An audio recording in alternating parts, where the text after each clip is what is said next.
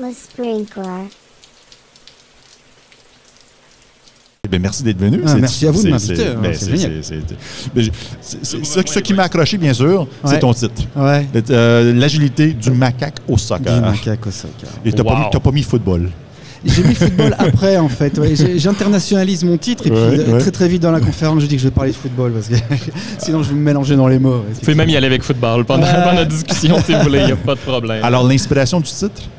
Oui. Oui, ça vient d'où? Ah, ça vient de moi. Oui, mais qu'est-ce qui a été injecté dans ton cerveau pour que tu émerges avec ce titre-là? Alors en fait, je voulais dans un premier temps parler des sports collectifs dans l'agilité. Parce que pour moi, les sports collectifs, c'est vraiment l'exemple type de ce qui fonctionne très bien. Et le sport collectif qui marche le mieux au monde, c'est le football. Oui. Voilà. Même au Canada, ici au Québec, tout le monde joue au football, même si c'est le hockey qui est le sport national. Oui. Et dans un deuxième temps aussi, je voulais vraiment taper sur la hiérarchie, taper sur les petits chefs qui nous pourrissent l'agilité au quotidien. Oui.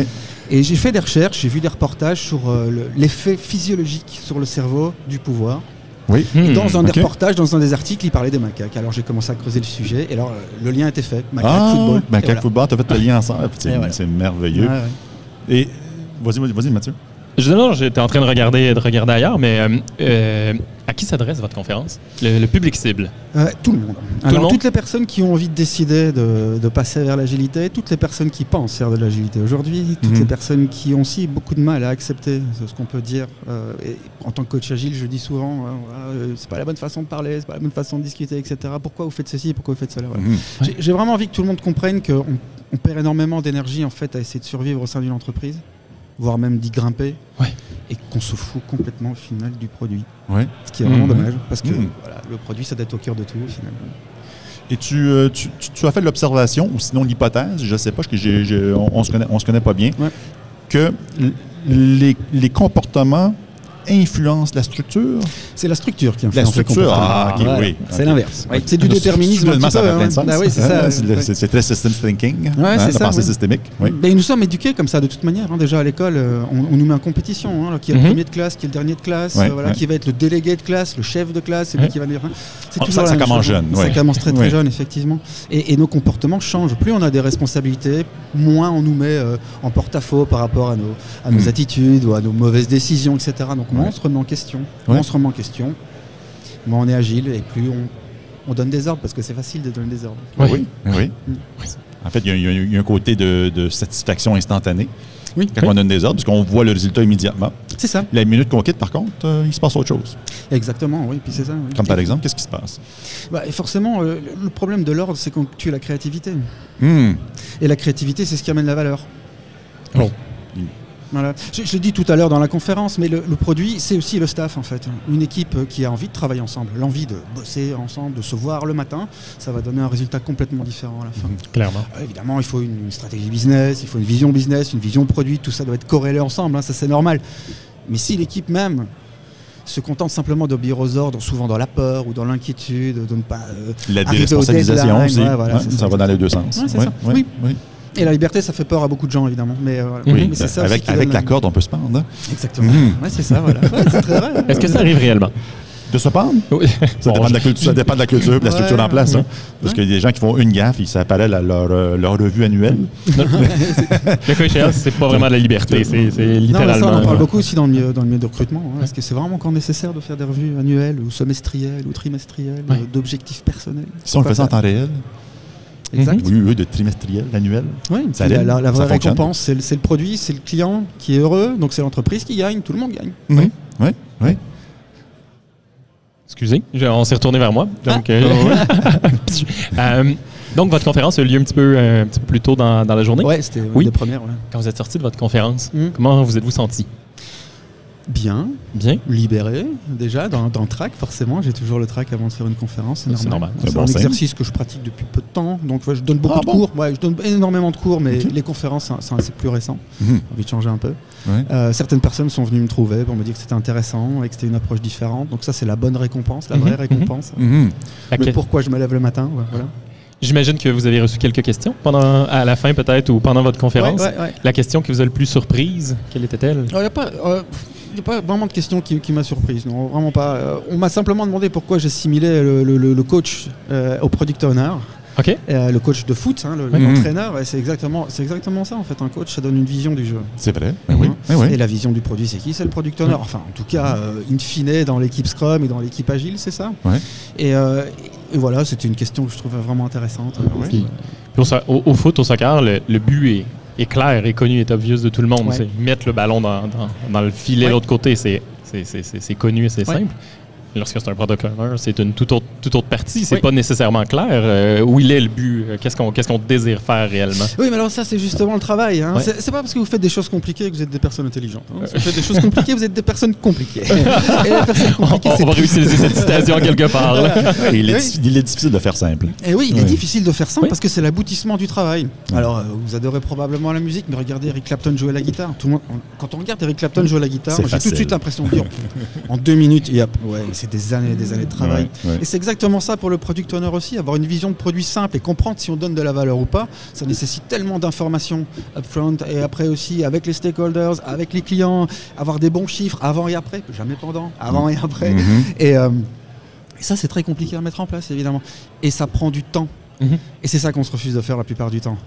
Accepter qu'une transition agile en soi n'a aucun intérêt. Ce qui a de l'intérêt, c'est d'aller vers la valeur du produit et vers une synergie d'équipe. Et ça prend forcément du temps et de la difficulté. En tout ça, est-ce que vous supposez que donc les métriques intéressantes à mesurer sont sur le produit, pas tant sur la transition en tant que telle? Oui. Absolument, c'est sur le produit, il n'y a que ça qui compte au final. Je veux dire, on dépense de l'argent pour en gagner. C'est le retour sur investissement. Donc il y a de l'argent avant, il y a de l'argent après. Enfin, il y a des chiffres avant et des chiffres après. Mais ce que l'on fait pendant, ça doit simplement tendre vers certains objectifs, mais qui restent de toute façon des hypothèses. De toute manière des hypothèses. Où places-tu l'indice du bonheur des individus? Alors, je l'ai dit tout à l'heure, est-ce qu'il faut produire ou s'épanouir, que choisir? Moi, je veux les deux, en fait, en même temps. Voilà. Quand on aime son travail, on le fait toujours mieux. Regardez les artisans qui créent leurs petits meubles, des choses comme ça. C'est toujours magnifique, on trouve ça génial parce qu'ils s'amusent en travaillant aussi. Alors l'indice du bonheur, il est variable en fonction des entreprises, mais est-ce que c'est de l'innovation? Est-ce qu'il faut à chaque fois, là, je sors d'une conférence sur le high growth, sur des petites expériences rapides sur des sites ou des applications pour voir tout de suite le résultat? Pourquoi pas, voilà. Le bonheur dépend de chaque entreprise, de chaque équipe, mais il faut le prendre en considération. En Belgique, les structures? Ça ressemble à quoi aujourd'hui? Ça ressemble à toutes les structures du monde entier. C'est ça qui est intéressant. Donc très rouge, orange, pas vert, mais rouge-orange. Rouge-orange, c'est ça. Je fais référence à Fred Laloux. Ah, je connais pas. On pourra s'en parler après. Donc, une hiérarchie classique. Oui, bien sûr, oui, mais on pense tous être différents, mais en fait, on est terriblement et horriblement identiques, en fait. C'est ça, absolument. Et les conséquences sur l'humain? Les conséquences sur l'humain, burn-out, frustration, on laisse tomber, on se contente simplement d'exécuter son travail parce qu'il faut payer des factures et élever sa famille comme tout le monde, et ça c'est normal. On est piégé et on n'a plus de créativité au final. Ce qu'on appelle du hypothèque-driven development. Là, je suis en train de payer ma piscine. Du HDD. J'avais jamais entendu, mais c'est intéressant. C'est pas mal. J'aime beaucoup l'idée en tout cas. Il y a beaucoup de coachs comme ça aussi. Oui. Du coaching piloté par ton hypothèque. Tu acceptes de renouveler ton mandat de coaching ou d'accepter les choses en entreprise parce que tu ne veux pas perdre ton mandat, donc parce que tu as une hypothèque à payer. C'est triste. C'est triste. Un coach qui reste plusieurs années dans une entreprise est un coach qui ne travaille pas. J'ai vocation à disparaître comme tous les coachs. Un bon coach, c'est un coach qui disparaît. Oui, tout à fait. Tout à fait. Dans votre conférence, quelle a été la place de l'analogie de votre titre très, très punché sur le macaque, le coach de soccer? Vous en avez parlé, c'était l'introduction ou il y avait tout un flow, Non, il y a tout un flow, justement. Okay. Je ne veux pas vous faire refaire votre conférence, c'est juste que je suis intéressé par le flow, justement. Non, mais j'essaie évidemment de garder le suspense jusqu'au bout et je sais pertinemment, quand on compare l'être humain au singe, il y en a beaucoup que ça choque et que ça heurte même. Et c'est ça qui est intéressant, justement, c'est d'aller jusqu'au bout. Pourquoi il y a du foot après? Pourquoi il y a du sport, etc. Donc, j'essaie de garder le fil. Voilà. Bien sûr, j'en ai un peu plus parlé cette fois-ci parce que par l'expérience des autres fois où j'ai pu la présenter, certaines personnes restent bloquées sur cette idée-là. Mais où est-ce qu'il veut en venir? Alors ils m'écoutent pas vraiment. Mais non, je donne pas le résultat tout de suite. J'allais demander si je pouvais vous travailler pour le faire, mais non, pas aujourd'hui. Il fallait assister à votre conférence. Il fallait assister à la prochaine représentation, peut-être l'an prochain. J'ai le tour dans un autre événement. Excellent. Puis vous travaillez comme coach agile dans plusieurs organisations depuis plusieurs années probablement. La plus belle expérience que vous avez vécue, est-ce que vous pouvez la décrire? La plus belle que je vis en ce moment, en fait, avec un de mes partenaires. On est en train de transformer l'organisation en holacratie. Comment? J'ai pas compris. On est en train de transformer l'organisation dans une organisation holacratique. OK, tout simplement. Holacratique. OK. Ouais. Pseudo-holacratique, on n'est jamais parfait, ça on le sait très bien. Et ça, c'est à la Zappos. Ouais, on essaye. En tout cas, voilà. C'est quand même une belle expérience, tu dis. Oui, absolument. Pourquoi? Pourquoi? Parce que les dirigeants de cette entreprise ont envie de responsabiliser tout le monde et d'étendre en fait le scope de l'entreprise à ce qu'ils font à côté, c'est-à-dire de l'humanitaire et du social et de l'art aussi. Et ils préfèrent tout mélanger. En fait, ils ont décidé d'arrêter de segmenter tout, le business et l'argent d'un côté, l'art et la volonté de l'autre, et puis s'occuper un peu du monde et de nos concitoyens et de l'autre côté et de tout mélanger. Et cette volonté-là est fantastique de la part de dirigeants, c'est tellement rare. Voilà. Donc j'ai la chance de participer à beaucoup d'ateliers comme ça avec les comités de direction et puis ensuite à faire transiter nos idées, nos volontés. Donc il y a encore un peu de momentum pour l'holacratie?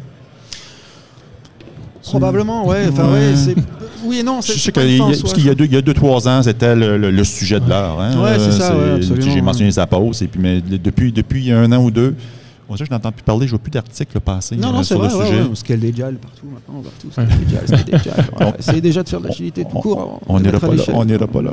C'est ça, voilà. Quand est-ce qu'on veut scaler? Non, oui, le moins souvent possible. C'est probablement ça la réponse. Mais alors, c'est une bonne question, parce qu'en plus, j'ai pas voulu qu'on prononce ce mot-là à tout le monde, parce que c'est les bonnes pratiques qui comptent avant de mettre du name dropping et de commencer à mettre des tampons, et surtout à n'importe quoi. Donc, je crois qu'il faut prendre les bonnes idées là où elles sont et pas être trop dogmatique, parce que sinon on s'éloigne aussi de ce qu'on veut faire au final. Et d'être ouvert d'esprit et d'apporter les bonnes idées là où elles sont, tout simplement. Tout à fait. Et selon vous, la prochaine étape dans ce cadre-là, laquelle serait-elle? Alors, dans beaucoup d'entreprises, j'aimerais vraiment qu'on soit orienté produit et qu'on passe à des product hubs plutôt qu'à ces grandes pyramides, à départements, avec chefs, sous-chefs, petits chefs, etc. Et des projets versus produits. Le projet tue le produit, je le dis tout le temps, et ça c'est compliqué, mais il ne faut pas lui faire de projets. Arrêtez de faire des projets. D'avoir un petit bout de discussion avec David. Oui, David Sabine, tantôt, c'est un des sujets qu'on a abordé. C'est intéressant. Donc vous êtes cohérent. On a aussi bien poser la même question. Qui était la différence entre un projet et un produit? Alors un projet, c'est après moi le déluge. Donc un projet, c'est le déluge? Après moi, c'est le déluge, J'ai pas dépassé mon budget, je suis dans les temps, et puis ce qui se passe après, les normes des techniques que je laisse au projet suivant, je m'en fous. C'est pas mon problème. Le produit, c'est pas pareil, c'est un investissement. On commence ensemble, un produit que l'on veut pérenne, que l'on veut à succès, que l'on veut évolutif, et donc on prend des décisions complètement différentes en fait. Wow, puis c'est un changement de mindset important quand même. C'est ça qui est intéressant, en fait. C'est la sociologie, c'est l'évolution de l'être humain dans la manière dont il collabore. C'est ça qui est passionnant. Plus que mettre en place des frameworks, sortir du KPI et être content devant des tableaux blancs avec des post-it. Voilà. C'est d'abord l'être humain et le changement et sa capacité à se libérer des chaînes qu'il s'est lui-même mis au poignet. Lui-même créé, effectivement.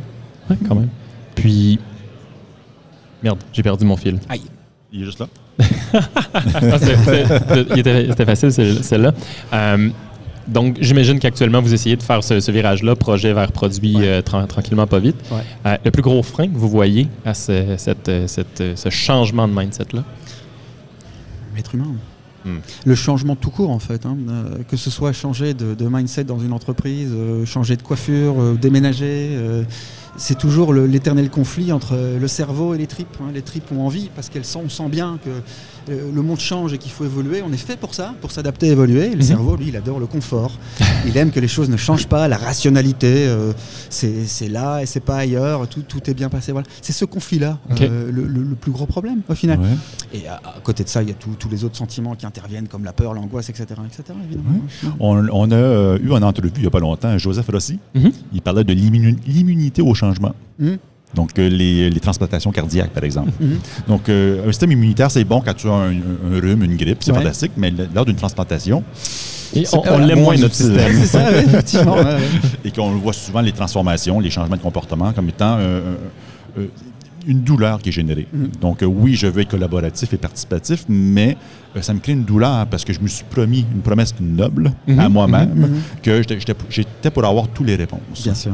Donc, lorsque je me mets dans une position de vulnérabilité, et puis que j'ose dire que je ne sais pas, je ressens une douleur profonde. Donc, bien sûr, je m'éloigne de ce comportement-là. Je reste avec mon comportement qui me crée pas de souffrance. Donc, c'est un excellent sujet. Jamais tu voulais découvrir ça. Joseph Rossi, Immunity to Change. C'est une belle paire de lunettes à avoir comme coach agile. Moi, ça m'est très utile. Immunity to Change, ça me revient sur mon radar à tous les 2 ans environ. On m'en parle, parfait, je vais utiliser mes lunettes, parce que ça disparaît pour je ne sais pas quelle raison. 2 ans plus tard, on m'en reparle, je remets les lunettes. Cool, j'ai un nouvel outil. Mais là, la dernière fois, je pense que c'est la bonne. Je pense que je vais essayer de le garder plus longtemps cette fois-ci. Faudrait se questionner pourquoi les lunettes ont tendance à s'en aller. Parce qu'il y a d'autres lunettes qui s'ajoutent pour ça. C'est look a squirrel. Toujours des nouvelles choses qui émergent, des nouvelles façons de penser, des nouvelles pratiques. Oui. Et mais voilà, je voulais partager ça avec vous. Je pense qu'il devrait être au kiosque juste derrière nous. Chouari. Quelque part là-dedans. Il va se faire un plaisir de t'en parler si ça t'intéresse.